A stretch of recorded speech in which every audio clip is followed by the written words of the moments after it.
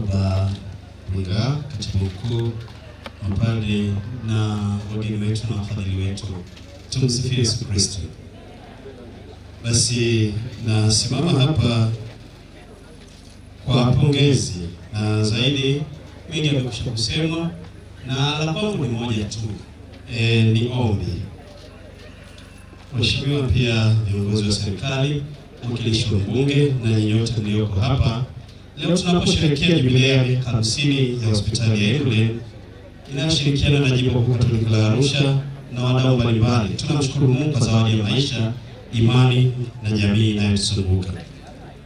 Kwa watu wetu wa mbali, huduma za matibabu za angani zilikuwa baraka halisi, ishara ya matumaini kutoka angani kwa watu wote. Ziliwasaidia wagonjwa, kuokoa kina mama na watoto, kuonyesha kwamba watu hawa hawajasahaulika.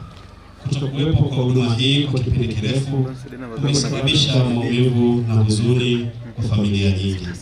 Katika jubilei hii tunawaomba kwa unyenyekevu serikali, Mheshimiwa mbunge Yannick Emmanuel Leo asikilize kilio cha wana Endulane na Jimbo Katoliki la Arusha.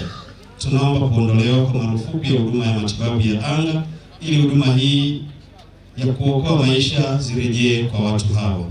Uamuzi huu wa serikali utaheshimu jubilei hii, kudumisha heshima ya binadamu na kuonyesha huruma tunayoshirikiana nayo kama taifa na watu wa imani. Tunaomba hili kwa heshima, imani na matumaini. Embu sote ambao tuko hapa, hebu simameni, ukiacha hii meza kuu. Tusimame. Na restaurant upogi. Amana reulu mitake nyamono grende.